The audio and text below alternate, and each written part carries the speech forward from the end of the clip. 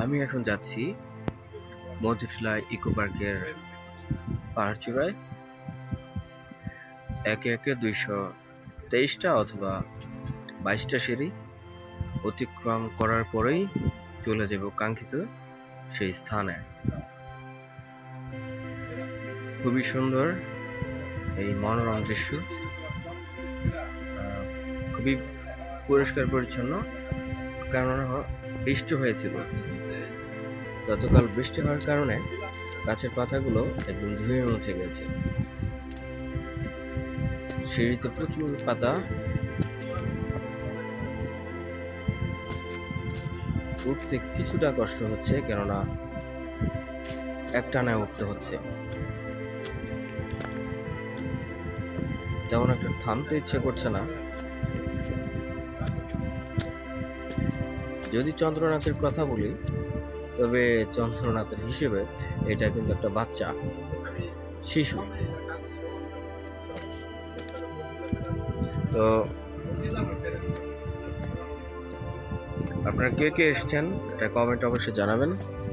আর যারা যারা এখন আসেননি তারাও অবশ্যই চলে আসবেন, কেননা সময় কিন্তু থাকে না। জীবনে টাকা আসবে যাবে, কিন্তু এই সুন্দর সময়টা ফিরবে না। দেখতে হবে পৃথিবীটা কত সুন্দর, তা দেখতে হবে। তবে আমার মতো ন্যাচুরাল লাভার যারা, তারা অবশ্যই বলি,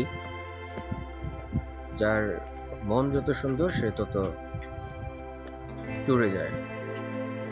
আমরা অলরেডি উপরে চলে আসছি, অল্প কিছুক্ষণ লাগবে। এটা হচ্ছে উপরের সেই দৃশ্য, একদম পাহাড় চূড়ায়। যদিও পাহাড় অনেক বড় না, আমিও কিছুটা ক্লান্ত।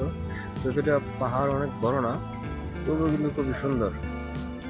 পাহাড়ের উপরে দুটো ছোট ছোট দোকান আর বসার জন্য অনেকগুলো মাচা বানানো হয়েছে।